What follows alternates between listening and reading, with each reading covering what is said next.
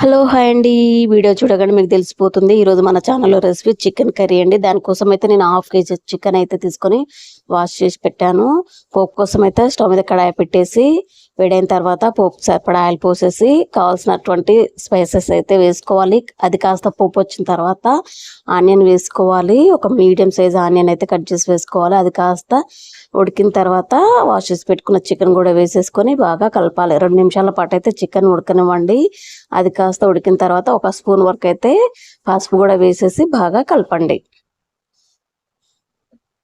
ఈ విధంగా కలిపిన తర్వాత చికెన్ అలా 2 నిమిషాల పాటు ఉడకనిచ్చి నేను ఇందులోకి ఒక మీడియం సైజ్ టమాటా 2-3 పచ్చిమిర్చి అయితే తీసుకున్నానండి. అవి కూడా వేసేసి కలిపి మూత పెట్టేయాలి. 2 నిమిషాల పాటు మూత పెట్టి ఉడకనివ్వండి. అది కాస్త ఉడికిన తర్వాత అల్లం పేస్ట్ కూడా వేసేసుకుని బాగా మిక్సింగ్ అయితే చేసుకోవాలి. ఈ విధంగా మిక్సింగ్ చేసుకొని కాసేపు అయితే ఉడకనివ్వండి. నేను చికెన్ కర్రీ కదా, కొంచెం కారం పొడి అయితే ఎక్కువగానే అవసరం ఉంటుందండి. నేనైతే 2 స్పూన్ల రెడ్ చిల్లీ పౌడర్ యాడ్ చేసి కొన్ని వాటర్ యాడ్ చేసేసి బాగా మిక్సింగ్ అయితే చేసేసి మూత పెట్టేసి 2-3 నిమిషాలు అయితే కుక్ చేసుకోవాలి.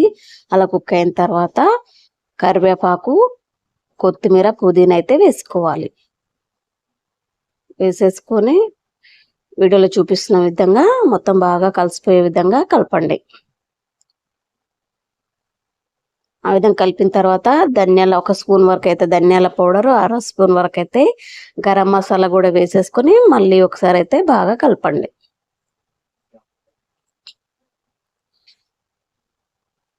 మనం చికెన్ ఎక్కువగా 50% ఆయిల్లోనే ఉడకనివ్వాలండి. ఆయిల్లో ఉడికిస్తే ఏంటి అంటే నీచు వాసన అనేది రాకుండా ఉంటుందన్నమాట. ఇలా వేసుకున్న తర్వాత 2 నిమిషాల పాటు మూత పెట్టేసి ఉడకనివ్వండి. ఆయిల్ అనేది పైకి వచ్చేస్తుంది కదా వీడియోలో.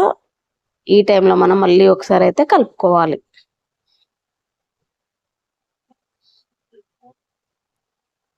ఆయిల్ మనకు కర్రీ రెడీ అయితే ఆయిల్ అనేది పైకి తేలిపోతూ వస్తుంది కదా. సో ఆ విధంగా వచ్చిన తర్వాత మళ్ళీ ఒకసారి కలుపుకొని మూత పెట్టేసి 2 నిమిషాల పాటు ఉడకనివ్వండి. మళ్ళీ ఒకసారి కొత్తిమీర, పుదీనా వేసేసి మూత పెట్టి 1 నిమిషం పాటు ఉడకనివ్వండి. అలా ఉడికిన తర్వాత స్టవ్ ఆఫ్ చేసేసి మళ్ళీ ఒకసారి అయితే కలుపుకొని సర్వింగ్ బౌల్లోకి తీసుకున్నట్లయితే మనకు కావాల్సినటువంటి ఎమ్మి చికెన్ కర్రీ అయితే రెడీ అయిపోతుందండి. గ్రేవీగా భలే వచ్చింది కదా. ఒకసారి మీరు కూడా ట్రై చేసి చూడండి. నచ్చితే లైక్ చేయండి, షేర్ చేయండి. మరిన్ని వీడియోస్ కోసం అయితే ఛానల్ని సబ్స్క్రైబ్ చేసుకోండి. Thank you all of you. Keep watching.